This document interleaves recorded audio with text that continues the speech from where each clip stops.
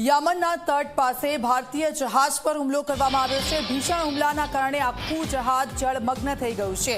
હૂતી વિદ્રોહીઓએ આ ડ્રોનથી હુમલો કર્યો છે અને ડ્રોન હુમલા બાદ ભારતીય જહાજ પાણીમાં ડૂબ્યું છે। યમનની કોસ્ટગાર્ડ ટીમે જહાજમાં સવાર લોકોનો બચાવ કર્યો છે। યમન કોસ્ટગાર્ડે 13 ભારતીય સહિત 14 લોકોને બચાવ્યા છે। જહાજ પર થયેલા હુમલાની ભારતે નિંદા કરી છે। કોમર્શિયલ જહાજો પર હુમલો બંધ થવા જોઈએ, ભારતનું આ કહેવું છે। તો યમનની કોસ્ટગાર્ડ ટીમે જહાજમાં સવાર લોકોને બચાવ્યા છે। 14 લોકોને બચાવી લેવામાં આવ્યા છે।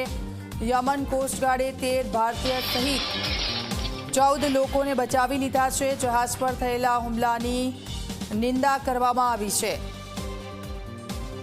તો ભારતે નિંદા કરી છે કે કોમર્શિયલ જહાજો પર હુમલાઓ બંધ થવા જોઈએ, આ હુમલાઓ ચલાવી લેવામાં આવશે નહીં। જહાજ પર થયેલા હુમલાની ભારતે નિંદા કરી છે।